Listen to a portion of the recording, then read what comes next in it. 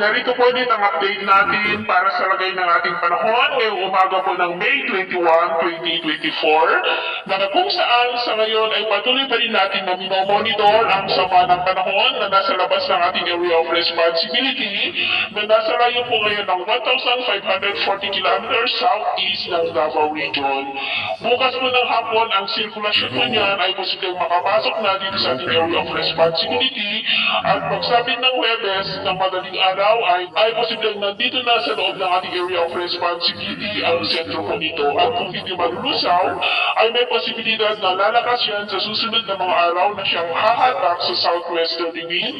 o yung tinatawag po natin na unang bugso ng habagat. At next week po o hanggang sa first week ng June ay posibleng patungo na tayo sa transition period ng tag-ulan season o yung habagat season.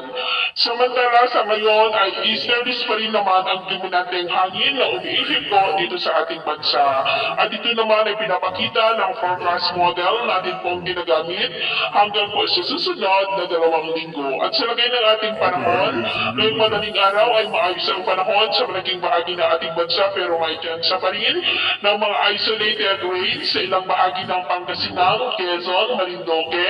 Romblon, ilang bahagi ng Masbate, East Estancia, Cadiz, ilang bahagi ng Cebu, Eastern Samar, Tacloban, ilang bahagi ng Sulu Archipelago, Zamboanga Peninsula, Lanao Provinces,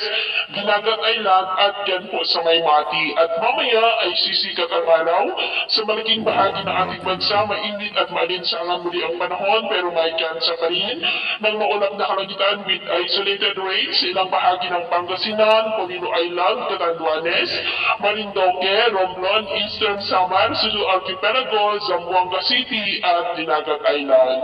At mamayang hapon, posible ulit ang mas mataas na tsansa ng maulap na kalangitan na may mga punong pag-ulan sa ilang bahagi po ng ating bansa. Kaya kung lalabas tayo sa ating mga tahanan, ay gawin po natin lagi ang magdala ng kahit anong panangga natin sa init ng araw at protection na rin po sa mga biglaang buhos ng ulan. At sa ating naman pong mga baybayin, wala naman po tayong nakataas na namang gale warning signals, pero bayang mag-iingat lamang po